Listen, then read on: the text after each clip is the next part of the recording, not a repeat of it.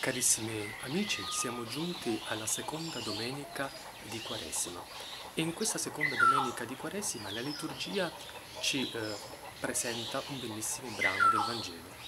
Gesù che con i suoi discepoli vanno sul monte.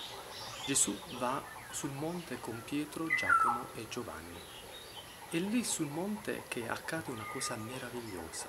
Gesù che viene trasfigurato, cioè Gesù mostra tutta la sua bellezza dell'essere uomo e dell'essere divino. Questa è la trasfigurazione. Tutto questa, ecco, la bellezza che di Dio, ecco, viene fuori e i discepoli rimangono stupefatti al vedere questo Gesù così avvolto nella luce, così splendente, così pieno, potremmo dire, di gioia, così eh, eh, pieno di tutto, no? Pieno dell'amore di Dio. E tant'è vero che Pietro, Giacomo e Giovanni, di fronte a questo bellissimo spettacolo, non sanno che dire, non sanno che rispondere. Tant'è vero che Pietro dice: Signore, facciamo 3 tende, qui una per te, una per Elia. Ecco, queste 3 tende, proprio a dire, a voler rimanere lì, proprio perché è un'esperienza bellissima, è un'esperienza straordinaria che i discepoli stanno vivendo. Che cos'è allora la trasfigurazione? Che cosa possiamo raccogliere da questo Vangelo di quest'oggi? Come Dio ha trasfigurato Gesù, anche noi saremo trasfigurati. Come è bello la relazione con il Signore. Gesù il porta sul monte perché il monte indica da sempre il luogo più vicino a Dio, indica il luogo della preghiera, indica il luogo del silenzio, indica il luogo dove la natura si manifesta in tutto il suo splendore.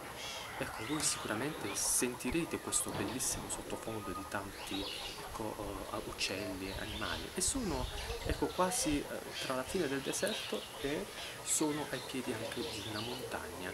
E la natura, nonostante l'aridità molte volte, si presenta così bella, così splendente, così viva. E allora si fa proprio lì, nel deserto, sul monte, in questo caso del Vangelo di oggi, si fa l'esperienza di Dio, della bellezza di Dio.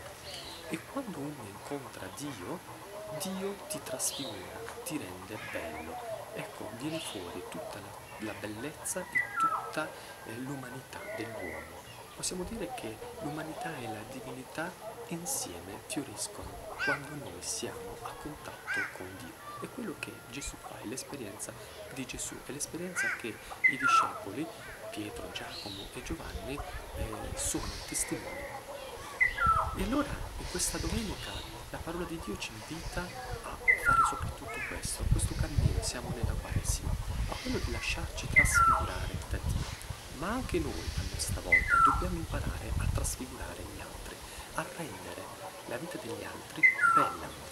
Molte volte c'è più facile sfigurare gli altri, cioè rendere un volto brutto, come Gesù è stato sfigurato sulla croce dagli uomini, come noi molte volte sfiguriamo gli altri, come noi molte volte siamo sfigurati dagli altri. Come si fa a sfigurare una persona?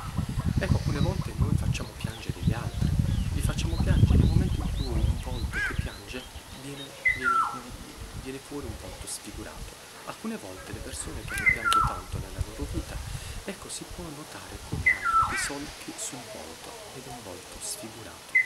Provate a pensare a quanti cristiani oggi nel mondo vengono sfigurati, a quanti uomini vengono sfigurati, a quante donne vengono sfigurate, a quanti esseri umani vengono sfigurati dalla cattiveria dell'essere umano.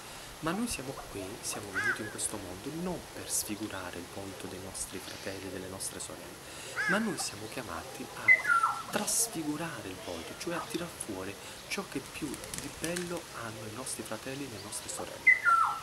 E questo è possibile solo quando noi impariamo a stare con Dio, perché anche noi potremo fare questa bellissima esperienza di essere trasfigurati pienamente da Dio, così come lo è stato per Gesù.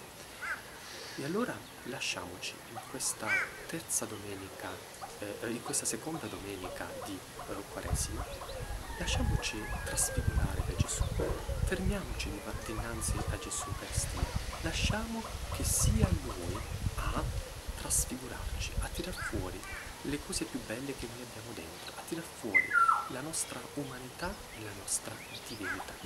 E solo quando noi avremo fatto vera esperienza di questa trasfigurazione, noi aiuteremo a trasfigurare anche gli altri. Guardate, se noi leggiamo il Vangelo, Gesù non sfigura mai nessuno.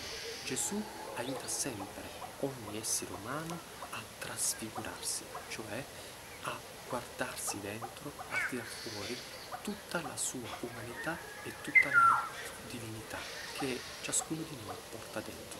E quando noi raggiungiamo questo, possiamo dire, questo stadio, noi siamo delle persone felici e rendiamo anche gli altri delle persone felici. E allora l'augurio più bello che sento di fare a me e a voi in questa seconda domenica di Quaresima è proprio questo, di poter fare esperienza di Dio, lasciarci trasfigurare da Lui, di trovare sul nostro cammino persone che ci aiutano a trasfigurarci, a renderci migliori di quello che siamo. E prendiamo l'impegno di non sfigurare nessuno nel nostro cammino quaresimale, nel nostro cammino qui sulla faccia della terra, perché un volto sfigurato non è bello da vedere, un volto trasfigurato è un volto